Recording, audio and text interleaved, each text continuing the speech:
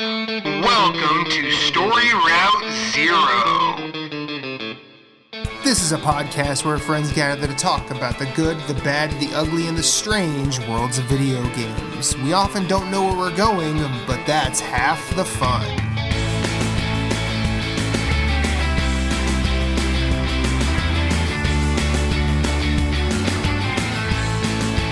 Come on the journey with us. Hit us up on Twitter at StoryRoute0. You can send us an email at StoryRoute0@gmail.com. That includes questions, concerns, comments, complaints, pet pics. Send us some recipes. Send us some stories about your day. We're going to listen.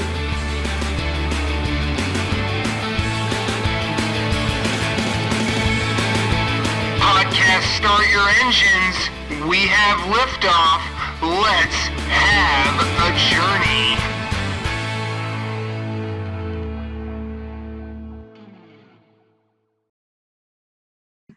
Next up, favorite level. Michaela. Okay, so if I can read my Nope. so honorable, I cannot read my own handwriting half the time. So honorable mention, I have Sargasso from Ratchet and Clank. I could have picked from a couple areas in that game, but that one was my favorite. It's the one where you ride around on the beetles. I forget what they're Yes. called. Yeah. I think it's the first place you take control of Rivet as well. It's Yep. just like a big, open, explorable, fun area with a lot of gorgeous visuals, obviously, because that whole game is just a painting come to life. Then I had from the intermission DLC, so the new portion of FF7 Remake, the Shinra part of that. So it coincides with the base game, and when the Shinra mission ends in 7 Remake DLC is when the plate drops in the base game. And you experience that from Yuffie's point of view that time. That the ending to that mission just like hit. I was like, oh shit, you done gone there. And then you get a post-credit scene and it's more Aerith and Zack stuff. And I'm like, oh no. So that was good. Then I had the Kyoto Jail from Persona 5 Strikers. So instead of palaces in this game, you have jails.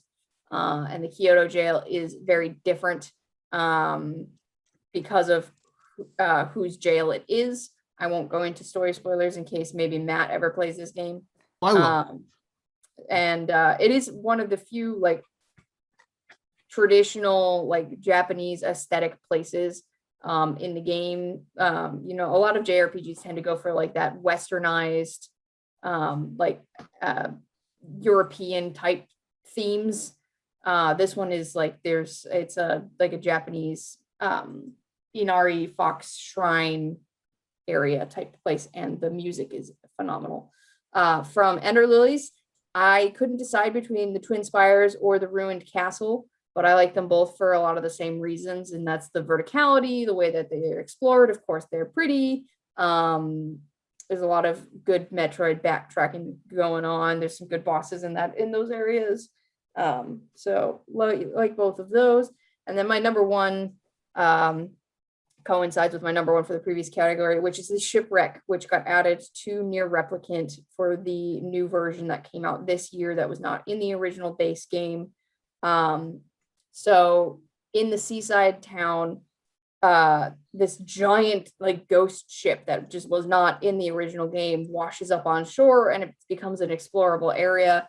And you go in there and it's some legit spooky shit. You're walking around in the dark. There's a ghost of a little girl in It's there. really fucking creepy. Oh my God. The first time I played it, I was playing it at night. And I was like, wait a minute. When did I start playing a horror game? What the fuck is this? It's just like bloody small girl footprints walking around, and you're in the dark and shit is creepy. And you're like, this is not okay. I was playing that shit during the day and I was terrified. It was creepy. And I like that it was creepy. It somehow fit in Nier, because Nier is already an amalgamation of genres itself. It is a JRPG, but it makes a lot of references. Like Emil's house is basically like an old Resident Evil game. Mm-hmm. So it fits thematically. And the story is really good, and it focuses on like the mailman from the town, and he finds this little girl in the shipwreck, and he is so dense. Like he sees this little girl standing in a puddle of blood, and he assumes she's gotten her first period. So he's trying to take care of her. He's trying to like get her situated and try to get her to eat. And it's like, no, dude, that's not our first menstruation. That is like the missing people from town puddle of blood.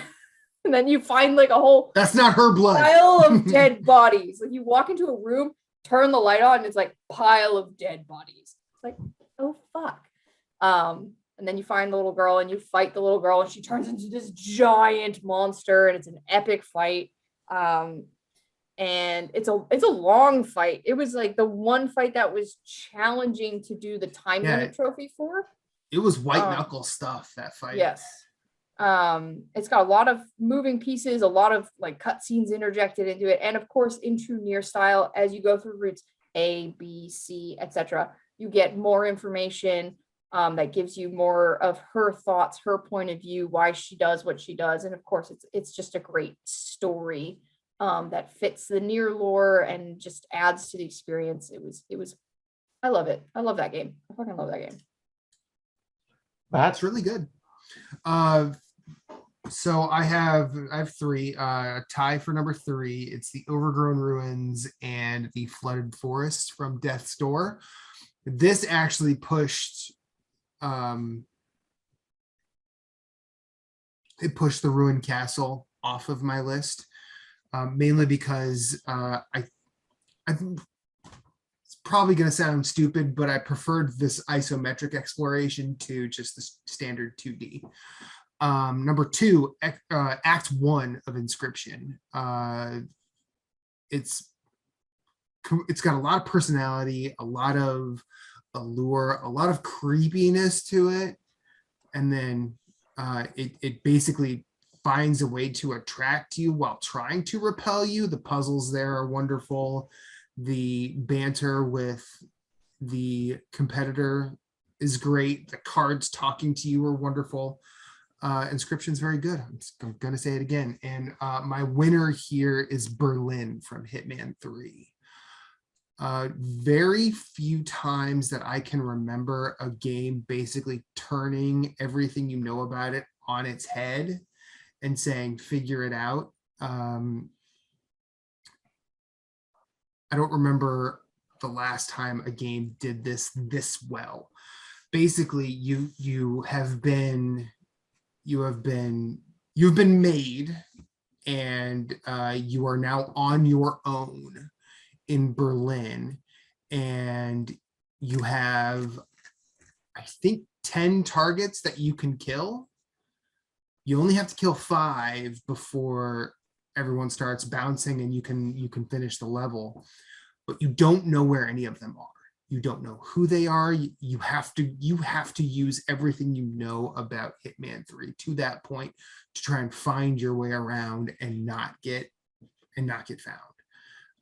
And it's genius level design, in my opinion, and I think it executes everything that Agent 47 does perfectly. It is wonderful. Play Hitman 3. I'll go. First up, love hate, honorable mention. The Derelict Citadel from Eternal is the level with the Nemesis. I Name for a level. To absolutely hate this because I just wanted to get to the boss. But then after the boss was done and I revisited the level, the design is great. The enemy placement is just, but like, it was so frustrating because I couldn't finish it. The first level in Fist, just the outdoor, the street, like just the environment, the whole thing, like the NPCs, that film noir soundtrack is dope. Like it was just so like I think I like that section the best in the game. Like the aesthetic, everything about it. Number 2 was Dead Cells Fatal Falls. It was the newest DLC that was launched this January. For a game that was all about moving as fast as possible through some of the levels, this introduced literally fall, like you could fall at any moment. So like you had to change up the whole formula of running full speed to watching your step. And I just thought the way they designed it was brilliant. One, I had a Ratchet and Clank level, Blizzard Prime. This is the level that you had to change dimensions constantly, and you were going upside down, right side, left. Like I thought it was so cool how they did it. I do remember playing it one night when I was super tired, and I just gave up because I was like, I don't know where I was. How do I get back there?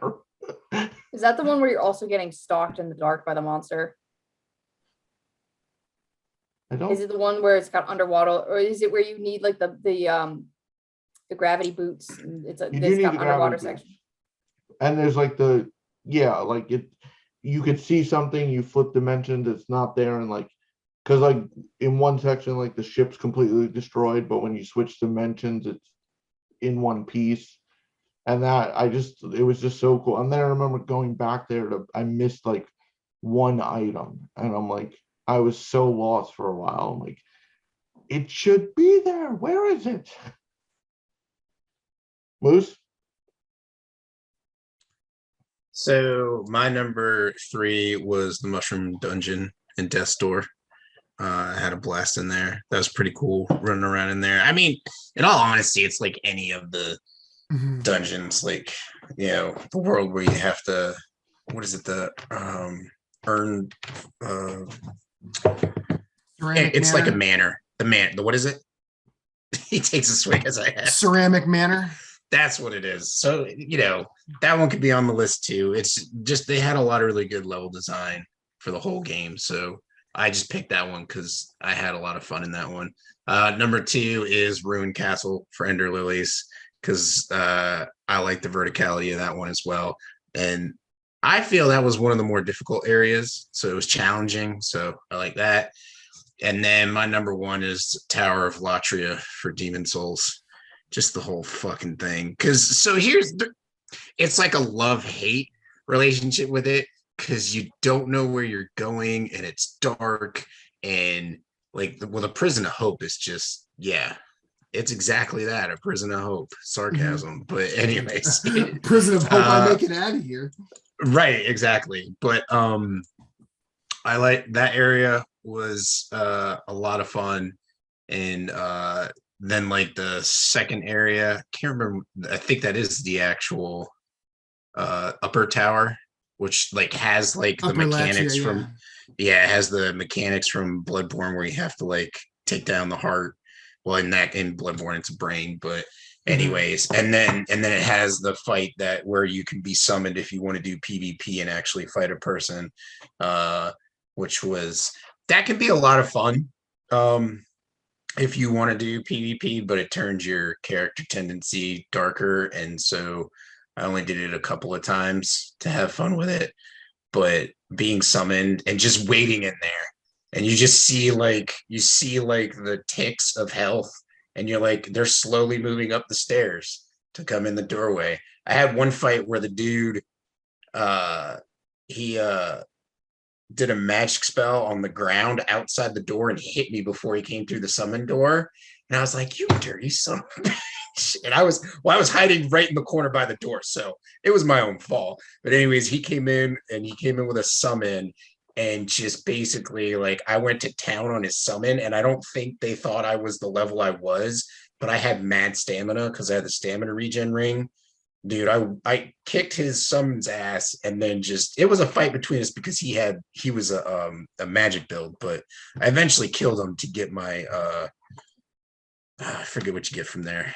Oh, what the heck was I after? I don't even know what I was after in there, but I was just doing it to kill people. But anyways, to PvP, but it was a fun fight. I was like, I got the twofer. I beat his summoner and beat the guy. So, but anyways, It's great. It's great when you parry one of them and then the other one comes in to try and just take you out, and you could just parry them too because the parry window is so nice and open in Demon Souls. Yeah, it is a lot of fun. Yeah, good times. All right. That's it. Next up, favorite world / game setting. I'll go first. Honorable mention, Biomutant.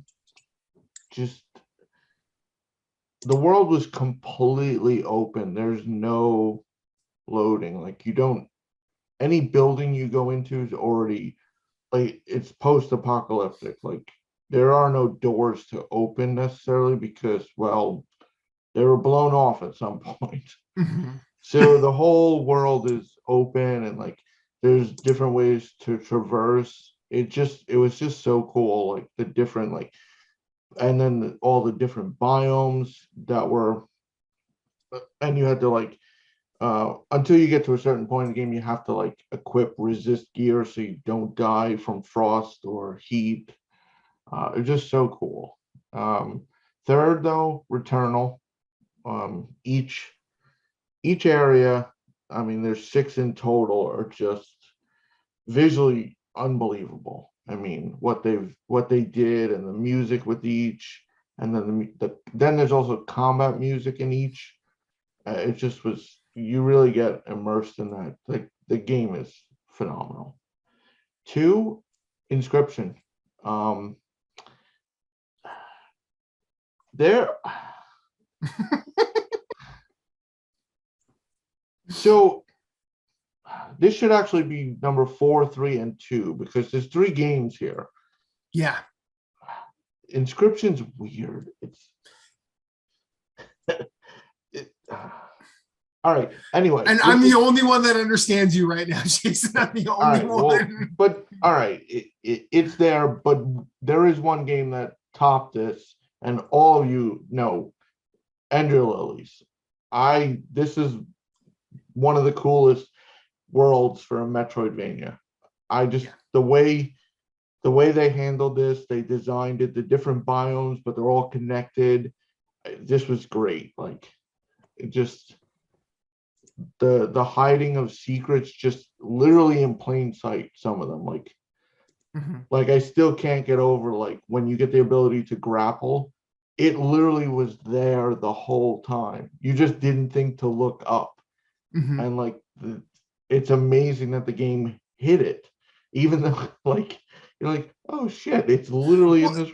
Well, and then like you could be walking through an area before you have it. And you're like, huh, that's popped out real weird. I wonder, like, it just looks funny. And then you come back and it says, hey, you can grapple here. And you're like, oh. Yeah.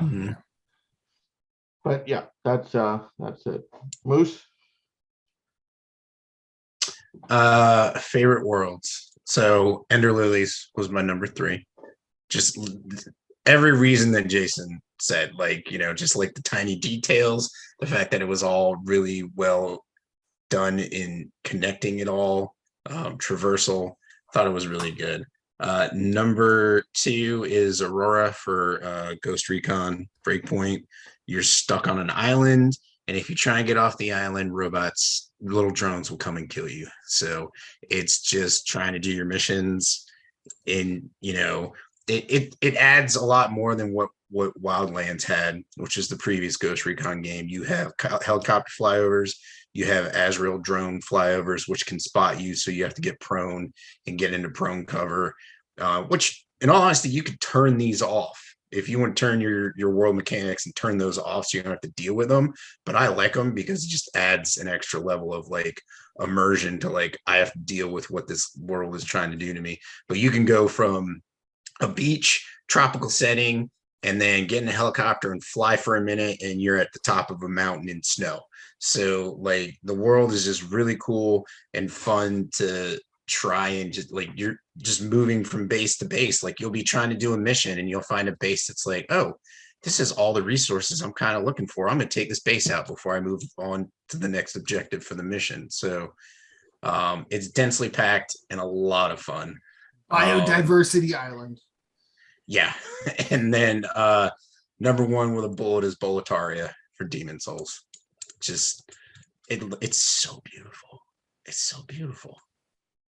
But Matt, For me, number 3, Ender Lilies. Fabulous Metroidvania. We had a great time talking about it in our Game Club episode. I'd highly recommend you go back and just listen to us gush for an hour plus on that game. Number 2, Monster Hunter Rise. I did a lot more exploration and looking for little hidden things in this world than I did in Monster Hunter World, and I really like the way it was designed. I really liked the verticality. I liked the changing biomes, and hunting the monsters in them was always a fun time. Number 1, Nier Replicant.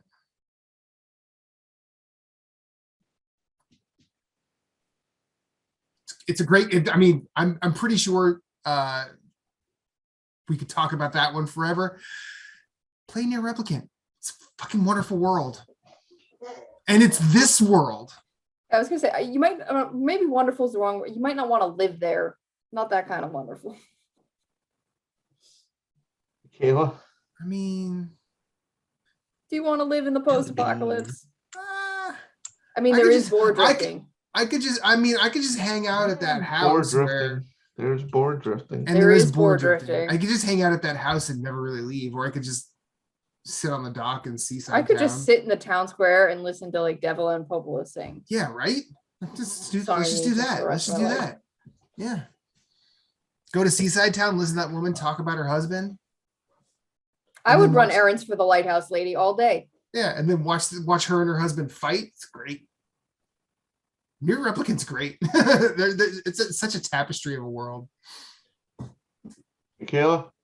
So some honorable mentions for me. One that took me by surprise was East 9. I had actually been concerned about the world setting before playing the game, because in East 8, you go from having the entire island of Seiran, I forget how you pronounce it, to East 9, which is set within a single city. So I'm like, is this going to feel small by comparison just to have the city of Balduke and the prison be your setting? And that was not the case. They, instead of increasing the width of the map, they increased a lot of like verticality, and the level design was very smart.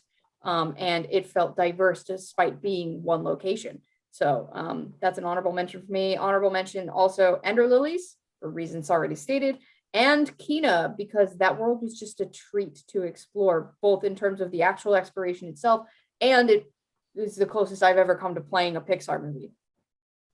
So. And seeing Pixar lesbians. Yes. Written on my heart for life. Number 3 for me is Metroid Dread. This was my first Metroid game. This is going to sound dumb, but it brought to life that alien planet that I was looking for. It is a microcosm of different biomes that feel alien in a good way. Like I felt like I understood the identity of Metroid better from having played this game than I did as an outsider before. No duh. And obviously it does a lot of things that, like Jason was talking about with Ender Lilies. You can see the places you can go, but you can't get there yet. You can see how they connect. You unlock the abilities. Exploration becomes just increasingly more and more and more rewarding as you go. And you feel also more and more and more powerful. Like I said, I think when I talked about the game on the show a month ago now, I felt like a total badass that owned that alien planet by the end of it. Even with the Jaffe level in there? My one critique for the game was just that the later game areas do get increasingly smaller compared to the earlier. It felt front loaded. So that's my one critique of Dread's world. So not shitty game design. No, just yeah. I'm referring to, do you know, Matt, you seem confused. Yeah. David Jaffe was streaming Dread, and he got stuck in that room that requires you to shoot the ceiling, and he couldn't figure it out for like 10 minutes and went on this rant about, this is shitty game design. Why would you ever have to think to shoot the ceiling? I don't know. Why would you ever shoot something that's not in place in a video game ever? And also the core of Metroid is shooting everything until you find a hole in the wall. So get good. Next up, I had a two-way tie in number 2. So we'll call this 2A and 2B. 2B is slightly higher than 2A. Tales of Arise. The main planet that the game takes place on, really, what you expect from a JRPG. There's the fire themed area, and then there's the snow themed area, and then there's the pretty like spring plant themed area. There's the desert. It's exactly what you actually. Is there a desert? There might not be a desert. But fucking up Tales of Arise. But it's just it's not a true open world game, but it was big open areas to explore that felt concrete in their identity. It was really pretty. And you found owls throughout the whole thing, and that made me happy because they were so, like every JRPG ever, there's cosmetic items that you can put on your characters. In this game, you find the cosmetic items by finding the hidden owls in the environment, and the owls are wearing them. So you'll like find an owl with like rabbit ears and glasses and eye patches and shit, and like whatever. It's ridiculous. So fun to explore. My other like 2A is Torch City from Fist. Surprised nobody else had this one, but Torch City is, if you took the Final Fantasy VII remake of Midgar and turned it into a 2D side-scrolling environment, that's pretty much what Fist looks like with furries instead of people. I called this game like, Ray is kind of basically Cloud Strife if he was a rabbit. This game is fucking gorgeous. Fucking gorgeous. I still can't believe this is from the China Hero Project, as small as that team was, that they made a world that looked like that. Shit. I had this as a favorite level, not world. As a favorite level, yes. Mm-hmm. Well, to be fair, Torch City's the level. I'm talking about the whole setting of the game. Fine. No, Torch City is the world. Well, yeah. Okay. All right. I just like the first. Okay. Old Town. That's what you like. Yes. Okay. Carry on. Moving on. Carry on, My ladies number and gentlemen. one. Gotta My take number my one- fist to the Old Town. No, absolutely not. No. My number one is also Near Replicant because of the wonderful This is thing why I that- didn't say anything, because I knew what was coming. What can I say? It was kind of like a Demon's Souls moment where they kind of took like the film of like grime off of the game that was there in PS3, and like you see it with new eyes. The bloom effect. We talked about the bloom effect from the old version of the game to the new version of the game. The game is stunning. The water when you're standing in it fishing, again, because I did a lot of fishing this year. Hey, there's nothing wrong with fishing. Dude, I like the fishing in Near Replicant. I don't care what people say. Yeah, I know that a lot of people good. A lot of people remembered the Justin McElroy, like I can't play this game anymore because fishing bad or whatever. But Near Replicant is so fucking good. Yes. So the world is just great. You've got your desert level, you've got your forest area, and like I said, the setting is unique in that it makes a lot of video game references, like I talked about earlier. Emil's Manor basically being a reference to those old fixed camera Resident Evil, Silent Hill style games, and that ties into the themes of the story for that area as well. And then you have like the forest area that is basically a text novel. So part of the game is just reading the game, and you're like, what the fuck? And the characters are like, why are we just text speech right now? What the fuck is going on? Like the characters have this meta awareness that they've turned into a visual, like a graphic novel. I'm just a book now. I'm just a book. One of the characters is also actually a flying book. So a lot of weird shit going on. It's a beautifully sad world Mhm. that is it's an entropic world nearing its point of entropy, where the human race that has tried to save itself is now about to drive itself into extinction because of very bad planning. But yeah, and then of course it tees up everything that comes later in Nier Automata, which is one of my top 5 games of all time. So Yeah. Next up, we have biggest dork. Michaela, you can go first. some quick honorable mentions. I have Yuito, who is the male protagonist from Scarlet Nexus. He is your hopeless anime protag boy, who means well and fights with the power of friendship, but kind of a dumbass. I have Agatha, the typist from Death's Door, and all she wants to do is fill out forms. Oh. That woman loves her paperwork. Fuck. I have Kisara from Tales of Arise, who is the big shield lady from Tales of Arise. She's the mom friend, but she is also the fishing nerd, and all she wants to do is fish her heart out. And she will also sew up all the holes in your clothes and make sure you've had enough to eat and you go to sleep on time. She's the mom she's friend, like my but also wife. obsessed. She's obsessed with fishing. Like she's hardcore. She's like, is that a fishing pond? I'm like, yes, bitch, let's go. All right, my actual top 3. Number 3, this one is throwing it back to the very beginning of our eligibility range. 2020 December, Prometheus, as he narrates Immortals Phoenix Rising. Prometheus and Zeus have good comedy going. Like, not everybody liked the humor in that game. I enjoyed it. So I like the running commentary that you get. So for those who don't remember, the story in Immortals Phoenix Rising is told like it's Prometheus telling Zeus the story of Phoenix. So the game is essentially narrated. Number 2, I have Alex, the protagonist from Life is Strange True Colors. That bitch plays a mad air guitar, but also a real guitar. So she was cool. And then number 1, I have Grimoire Weiss from Nier Replicant. There was a lot of characters I could have put in here from Nier Replicant. Literally anyone from the desert could go in here. But I wanted to put Weiss. Literally anyone from the desert. That desert town rules. They are fucking weird, man. They are great. They wear masks and they talk weird and they have very strange priorities.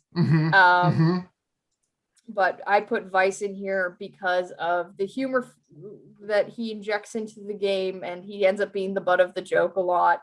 And he has no patience for nobody, except he secretly loves everyone. He's like that softy on the inside. So Weiss. Teddy bear. Moose. So my number 3 is Jay Skill from Ghost Recon Breakpoint. He's just a dude in the world, being a big old like dork with a lot of money, trying to help the world move forward, and just doesn't do a good job with it. And as you interact with him more and more through the missions and whatnot, you do find out how big of a dork he is. Number 2 is Bjor from Demon Souls, who is a lot like Sigurd. From I think he's more Siegmeyer than Sigurd. Siegmeyer, yeah. But anyways, you're just like, I'm like, man, it's great seeing where everything came from, in the Soul series. And it's just, he's like in a dungeon and he's like, oh, thanks for getting me out.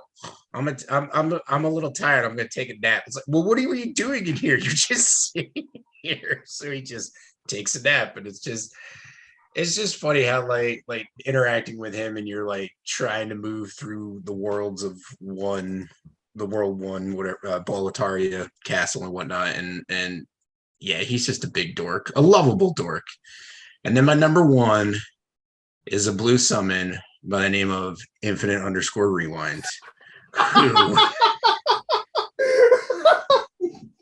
loves to be summoned and then go ham on the enemies and die in 2 seconds.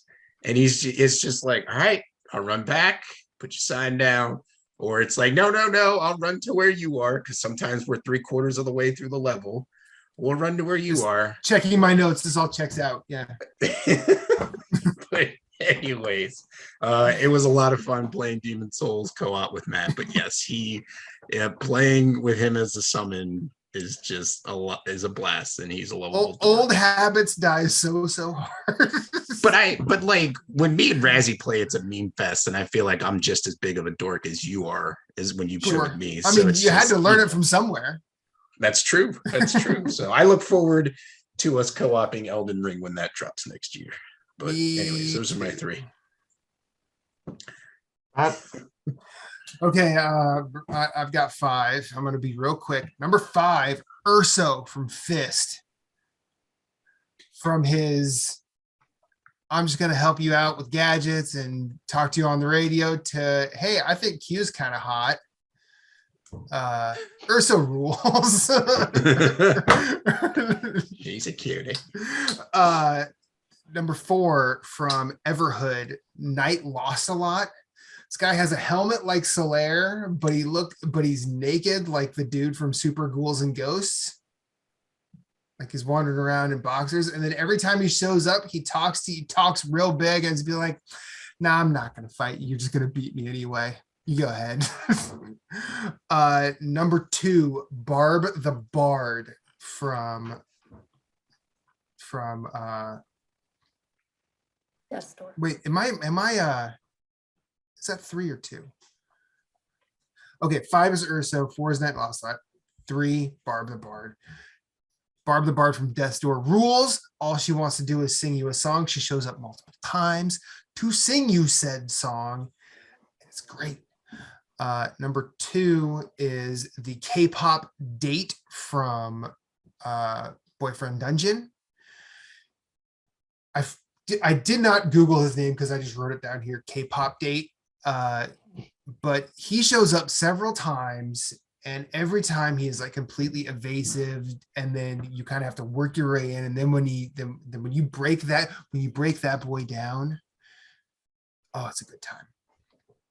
And number one, overlap with Michaela, Grimoire of Ice. My runner-up is Urso. Nice. He rules. And then my tied for first are actually 2 protagonists. Skull from Skull the Hero Slayer. Forever the underdog. Nobody really thinks he's going to do it. He's this tiny, he's the tiniest skeleton too. And Reggie from Tales of Iron. This king I've never met a king with less power. He is everyone's messenger boy. Poor king, no power. He is voiced by Geralt of Rivia, but he still get the coffee bitch. AKA Superman. No. The game. Oh, the video Witcher game one. game. Okay. can't think of his I name. thought you meant Henry Cavill Doug. for a second. I was like, No, Doug. I can't think of his last name. The Doug voice Funny. actor. Yeah, Doug Funny. Sure. Favorite new character, Moose.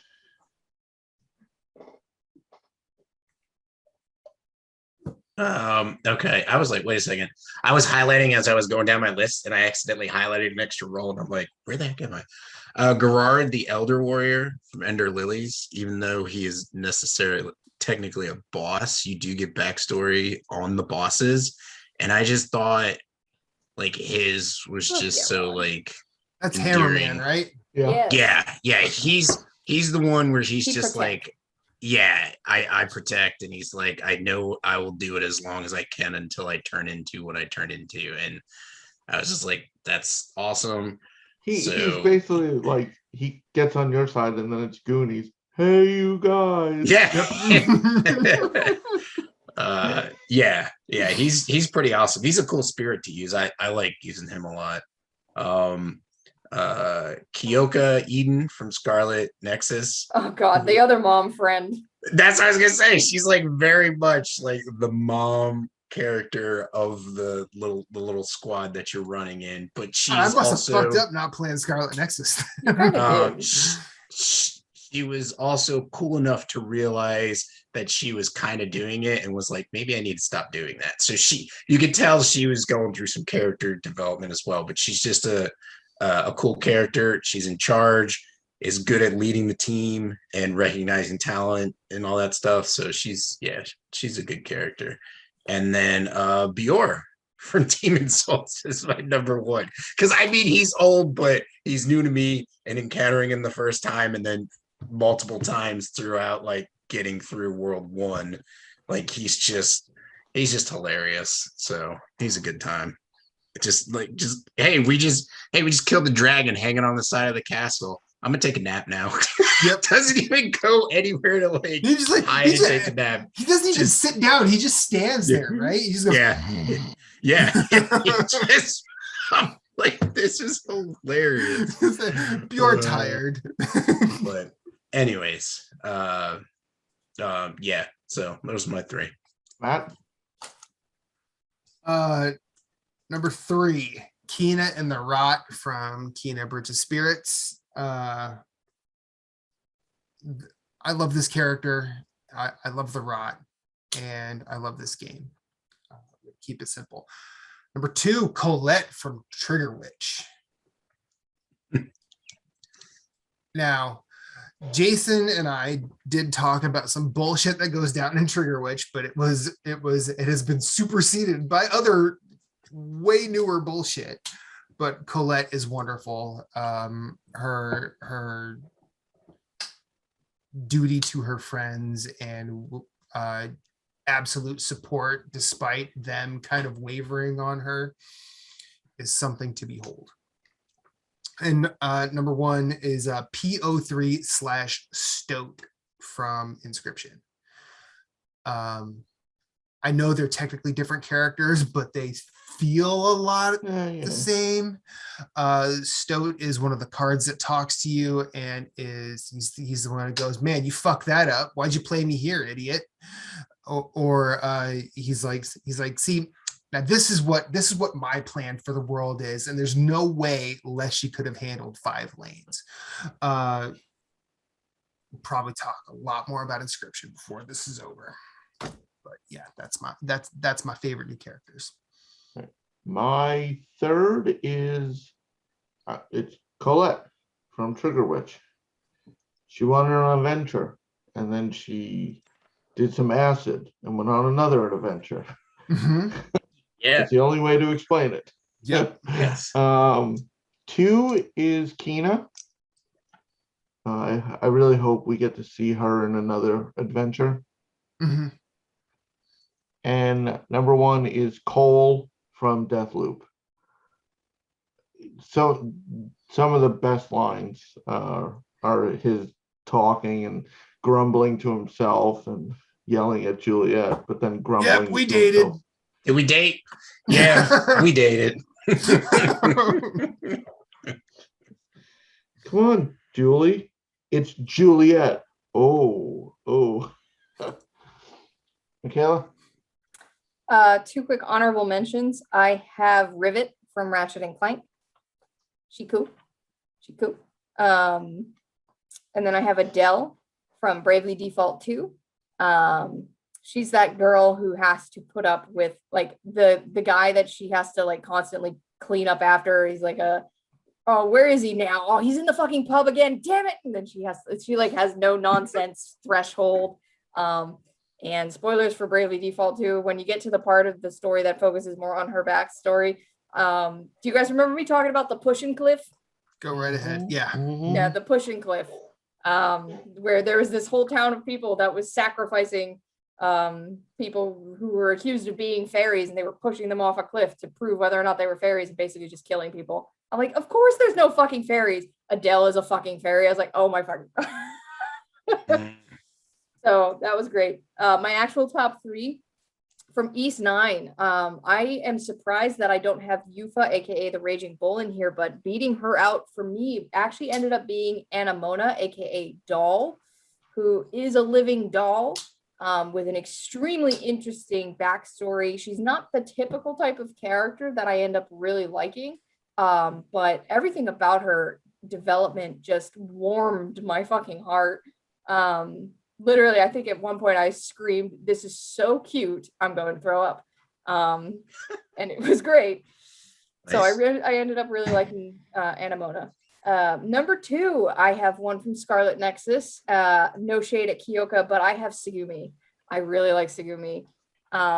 She is the Haru of this bunch, to make a Persona 5 reference. Big Haru energy. Including the same voice actress. So yes, big Haru energy. She likes her plants. She's socially awkward. Is she still a gardener? Oh, awesome. Yes. Literally, your social link with her is you garden, you plant shit, you talk about plants, you go find plants. That's what she does. Her ability is clairvoyance. She's the one who can see invisible enemies. I really like Segumi. Now I remember the one you're talking She's about. got the eyes. Yeah. She's cool. I like her. Yes. Number 1 is a twofer from Tales of Arise. My joke answer, but also kind of serious. Hootle is the hero we all deserve.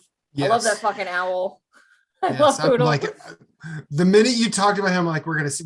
This isn't the last we're gonna hear of Hootle. Hootle is great. He's adorable. He's like a little baby snow owl, and he's like your group's mascot for life.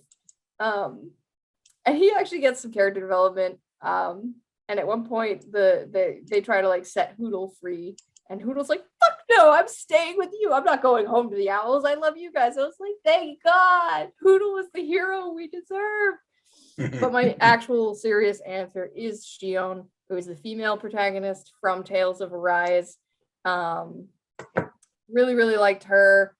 She's your typical tsundere to start, and then you learn more about her and her affliction, essentially, where she causes pain to whoever touches her. So she really can't experience human touch for most of the game until she meets the guy who can't feel pain.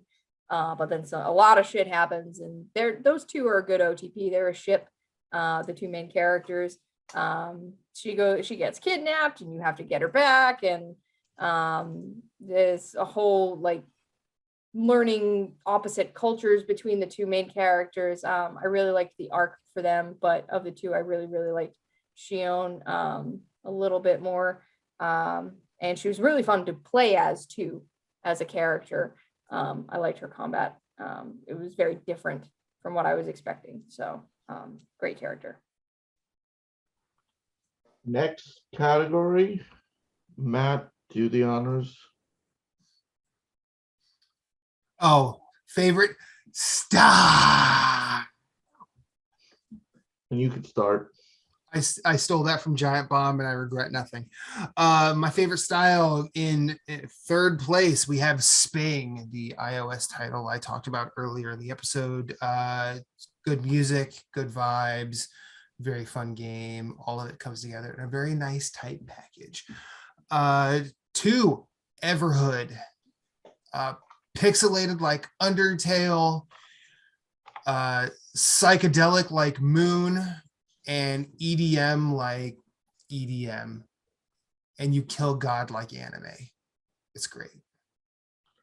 Number 1, it's probably not going to shock anybody in the panel, Inscription.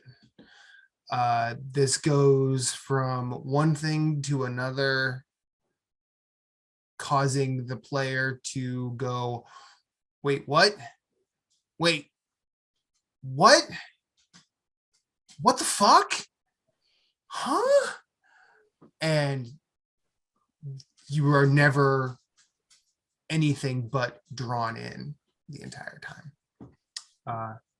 And I think it takes good style to do that. So that's style for me. My number 3. This is a game that I mentioned it like a month ago, and I think my first was like, this came out this year. Rogue Heroes, Runes of Tassos. Oh my God. That came out this year? I can't believe I forgot about that game. Son of a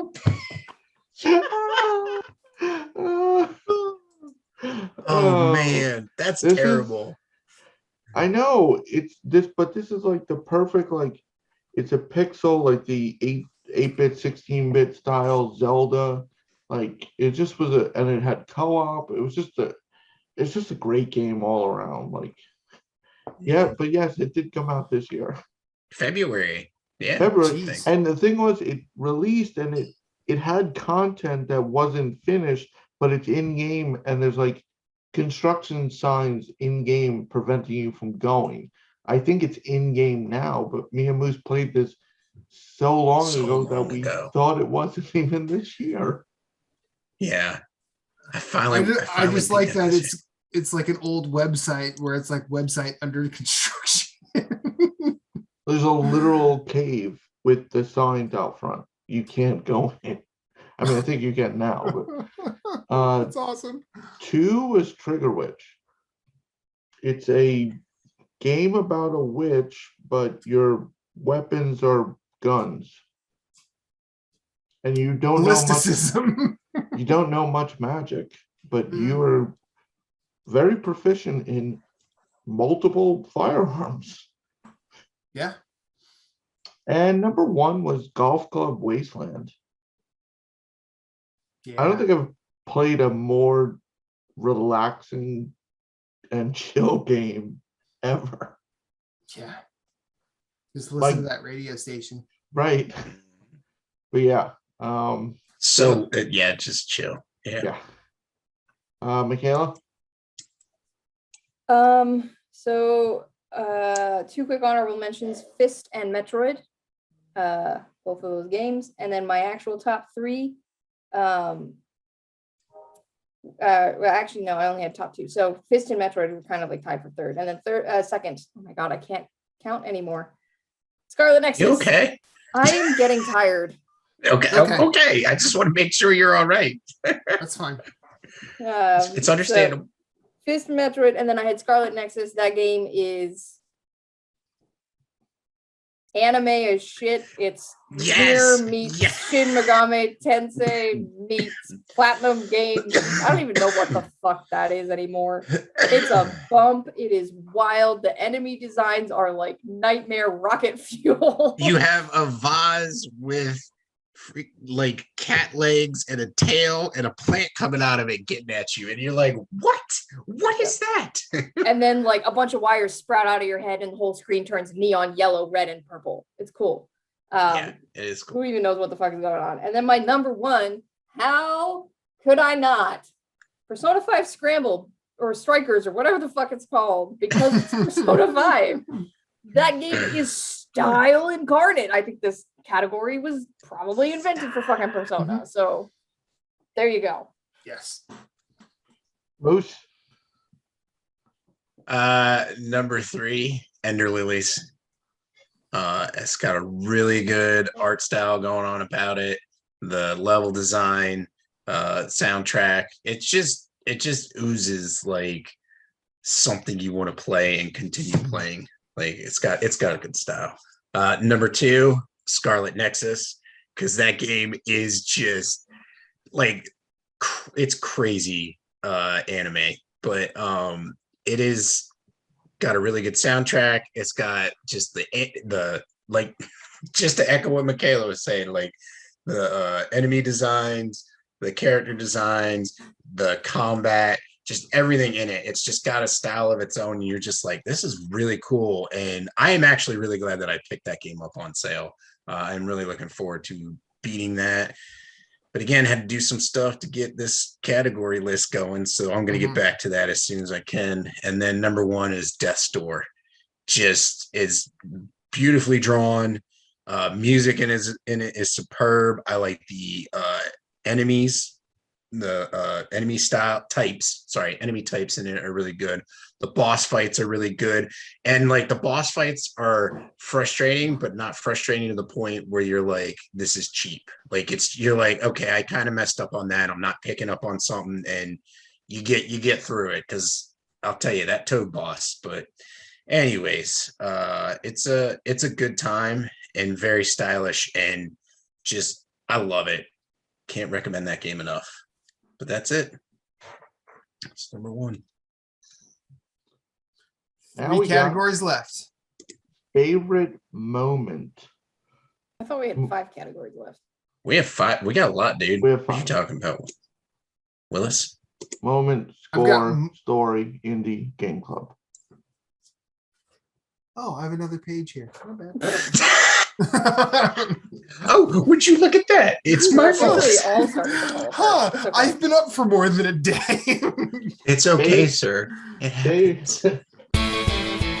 Story Route Zero, we have some cool friends who do some cool things, and I'd like to tell you about them.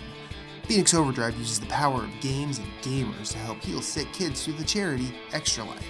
Phoenix Overdrive fundraises for Children's Miracle Network hospitals all year, every year, and the fund culminates in a 24-hour gaming marathon. Find out more about their events and projects online via Facebook at facebook.com/Phoenix Overdrive or on Twitter and Instagram at PHX_Overdrive. You can also join the Facebook group of Pawn Stars at facebook.com/groups/PO Nation in order to share and discuss all the latest in nerd culture. They've also got a podcast, Nerd Overdrive, which you can see weekly at youtube.com/Phoenix Overdrive. You can also catch it on Facebook Live or twitch.tv/PHX_Overdrive. That podcast is also published on Apple Podcasts, Google Play, and Stitcher. You want merch? They got merch. Merch can be ordered from tinyurl.com/PHXODmerch, a portion of which goes to their fundraising efforts. Join the nation and be a hero to sick kids, as El Capitan Ray Osorio, Lee the Maestro, and Becky, the lovely queen of the guild, always say, #Rise Above.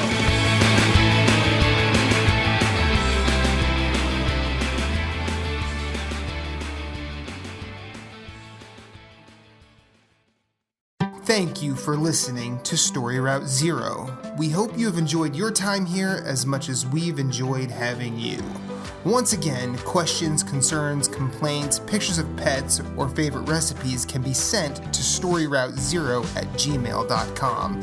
You can yell at us on Twitter at StoryRoute0. Rate us and review us on iTunes, YouTube, or wherever you may have found us, as it helps with discoverability. If you'd like to hit us up individually, you can find Moose Cool at Sven, that's SVHENN on Twitter, PSN, Instagram, and of course Twitch, streaming games.